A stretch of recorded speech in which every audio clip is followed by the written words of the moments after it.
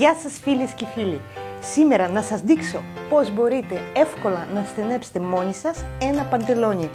Είμαι σίγουρη ότι σας έχει τύχει να πάρετε ένα παντελόνι που να στρώνει τέλεια στην περιφέρεια και να είναι αρκετά μεγάλο στη μέση. Κανένα πρόβλημα. Σήμερα το διορθώνουμε. Να σας δείξω πώς γίνεται. Για να πάρετε τα μέτρα πρέπει να φορέσετε πρώτα το παντελόνι πάνω σας και να τραβήξετε το ζωνάκι τόσο όσο χρειάζεστε εσείς. Δηλαδή για να στρώνει καλά επάνω σας. Με αυτό το τρόπο. Τι κάνουμε? Πιάνουμε το ζωνάκι πίσω στη μέση, εκεί που είναι χαλαρό. Και το σφίγγουμε τόσο όσο χρειαζόμαστε εμείς. Μετά βάζουμε μια καρφίτσα. Εάν δεν μπορείτε μόνοι σας, ζητήστε βοήθεια από κάποιον. Προχωράμε. Το σφίγγουμε στη ραφή, εκεί που θα γίνει το στένεμα. Καρφίτσα, παρακάτω.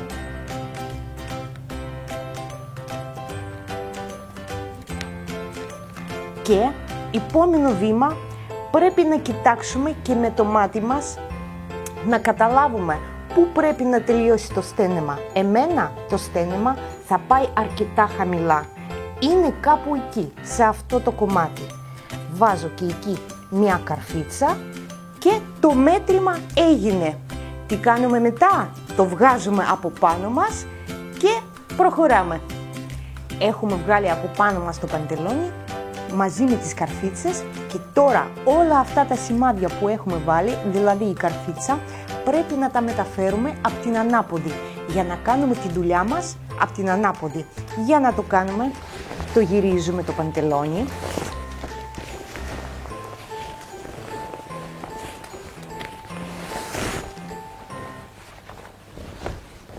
Ισιώνουμε και εκεί που έχουμε βάλει καρφίτσα με ένα σημάδι μολυστρικής βάζουμε καινούργια σημάδια. Να το. Και τώρα οι καρφίτσες τις βγάζουμε. Γιατί δεν τις χρειαζόμαστε.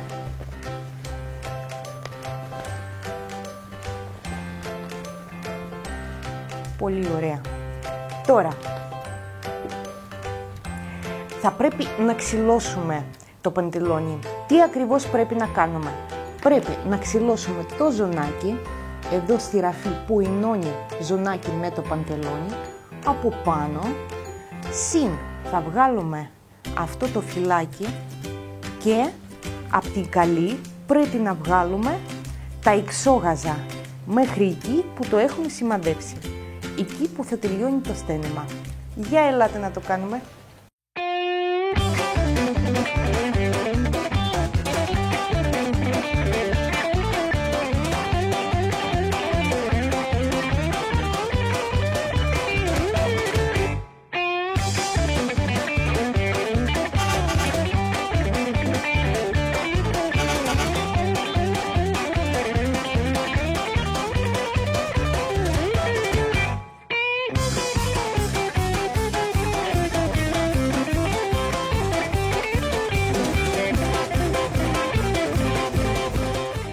Έχουμε ξυλώσει το παντελόνι. Τι ακριβώς έχουμε κάνει? Έχουμε ανοίξει το ζωνάκι που είναι δύο κομμάτια. Τα έχουμε ανοίξει έτσι. Μετά έχουμε βγάλει το γαζί που ενώνει το ζωνάκι με το παντελόνι. Συν δύο εξώγαζα που τα είδαμε από την καλή. Επίσης έχουμε βγάλει και το φυλάκι. Λοιπόν, το έχουμε ξυλώσει λίγο παρακάτω, εκεί που πρέπει να σβήσει το στένεμα. Τώρα πρέπει να σχηματίσουμε τις γραμμές. Πού λοιπόν θα γίνει η δουλειά? Πώς να το κάνουμε αυτό? Εκεί που είχε ραφτεί το φυλάκι ήταν το κέντρο. Το θυμάστε αυτό. Φαίνεται και όλος το σημάδι. Το σημάδι είναι και το κεντρικό γαζί. Με ένα χαρακάκι βάζουμε το κέντρο και εκεί που κάναμε πρώτο σημάδι, που είναι για τη μέση για το ζωνάκι, κάθετα, με τα σημάδια που έχουμε κάνει του στενέματος, βάζουμε μια γραμμή ευθεία. Έτσι. Αυτή η γραμμή είναι το καινούριο στένεμα. Γι' αυτό ξυλώνουμε πάντα λίγο παρακάτω. Τι πρέπει να κάνετε τώρα? Τώρα πρέπει να το διπλώσετε έτσι, με αυτό το τρόπο. Και βάζετε καρφίτσες στη καινούργια γραμμή.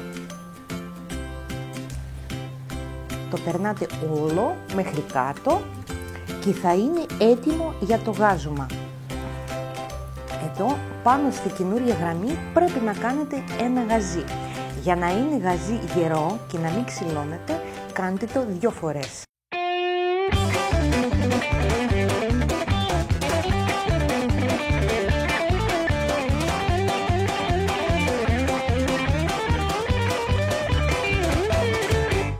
Μετά το γαζί, αυτό το περιθώριο πρέπει να το κόψουμε.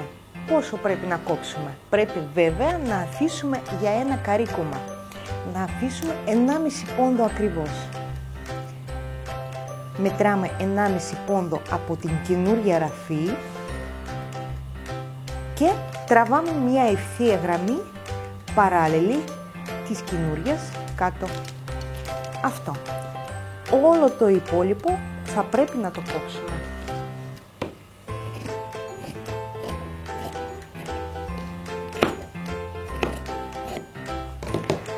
Τώρα πρέπει να καρικώσουμε. Εγώ θα το κάνω με ένα κοπτοράπτη. Αν δεν έχετε κοπτοράπτη, μπορείτε να το κάνετε με ένα ζιγζάγ. Αν δεν έχετε ζιγζάγ, δεν πειράζει.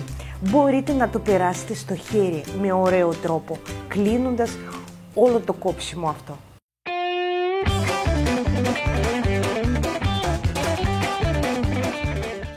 Μετά το καρύκωμα που έχουμε κάνει, πρέπει να σιδερώσουμε το παντελόνι. Έτσι όπως το βλέπετε, με αυτό το τρόπο πατάμε με το σίδερο εδώ, για να είναι πολύ ίσιο και ωραίο. Τώρα που το έχουμε σιδερώσει, πρέπει να κάνουμε 2 εξόγαζα. Θυμάστε πόσο έχουμε ξυλώσει, δεν το πήγαμε μέχρι κάτω και έχουμε αφήσει ένα κομμάτι εδώ κάτω-κάτω για να βλέπουμε πώς να κάνουμε τα εξόγαζα. Ξεκινάμε από κάτω και προχωράμε μέχρι πάνω. Ένα και δίπλα άλλο ένα, μέχρι πάνω το ζωνάκι. Πάμε να το κάνουμε.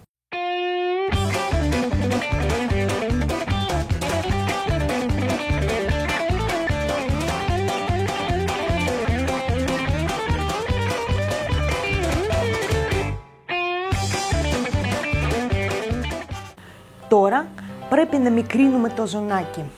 Όλα τα σημάδια τα έχουμε κάνει. Αυτό το πρώτο το θυμάστε, ήταν το κέντρο.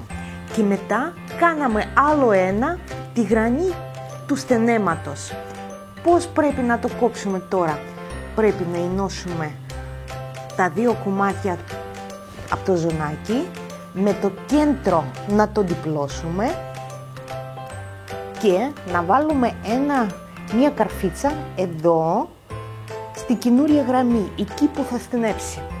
Τώρα όλο αυτό πρέπει να το κόψουμε. Πόσο πρέπει να το κόψουμε? Να αφήσουμε βέβαια ένα περιθώριο ραφής, που θα είναι 1,5 πόντο. Και στη δεύτερη γραμμή, στη καινούρια, το κόβουμε με ψαλίδι. Τώρα πρέπει να ενώσουμε το ζωνάκι.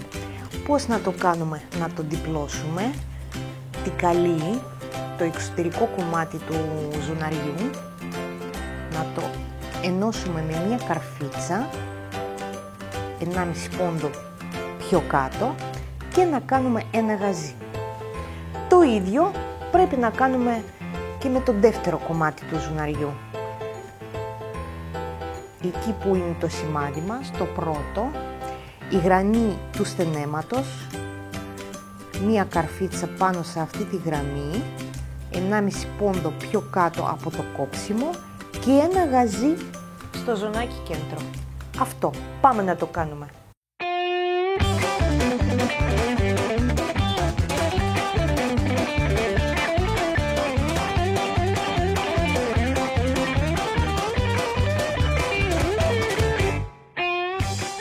Το ζωνάκι μας το έχουμε ενώσει. Τι έχουμε κάνει?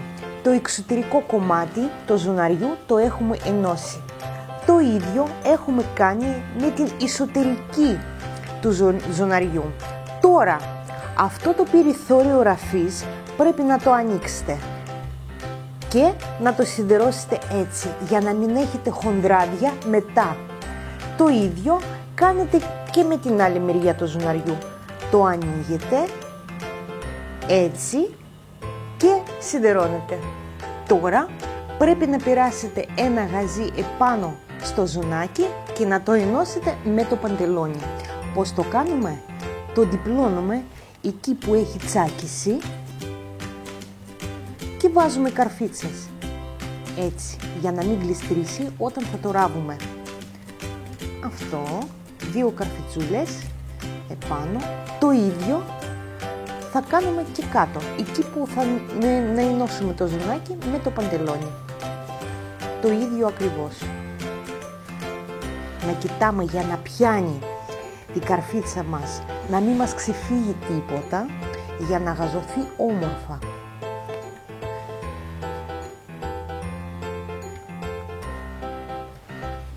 Αυτό είναι έτοιμο για γάζωμα.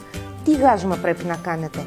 Ένα γαζάκι που θα ενώσει το ζουνάκι επάνω και ένα γαζί που θα το ενώσει κάτω. Και μετά, που θα είναι τελικό στάδιο της ραφής, βάζουμε στο κέντρο το φυλάκι μας. Ελάτε να το κάνουμε.